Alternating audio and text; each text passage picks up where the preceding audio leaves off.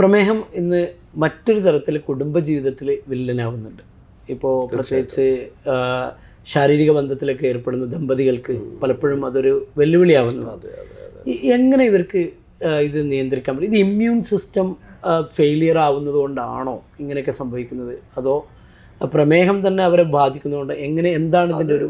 പിന്നെ പ്രമേഹത്തിലെ ആണുങ്ങളിൽ രണ്ട് males and females. മെയിൽസിൽ തീർച്ചയായിട്ടും ഇത് ന്യൂറോപ്പതി കൊണ്ടാണ്.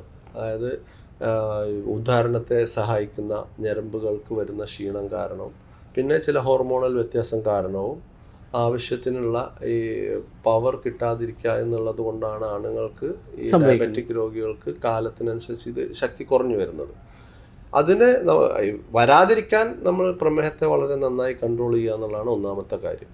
പിന്നെ ഇന്ന് അതിന് പല മെഡിസിൻസും പല സർജറീസും ഒക്കെ അവൈലബിൾ ഉണ്ട്. അപ്പോൾ ഇത്തരത്തിലൊരു പ്രോബ്ലം ഉണ്ടെങ്കിൽ അത് മറച്ചു വെക്കാതെ നിങ്ങളുടെ ഡോക്ടറെ കൺസൾട്ട് ചെയ്യുകയാണെങ്കിൽ അതിനാവശ്യമായ മെഡിസിൻസ് ഉണ്ട്, ഹോർമോൺസ് അവൈലബിൾ ആണ്. ഇതൊന്നും അല്ലാത്തവർക്ക് ചില ഡിവൈസ് വെച്ചിട്ടുള്ള ചികിത്സ അവൈലബിൾ ആണ്. തീർച്ചയായും ചികിത്സിച്ച് റിസൾട്ട് ഉണ്ടാക്കാൻ കഴിയും.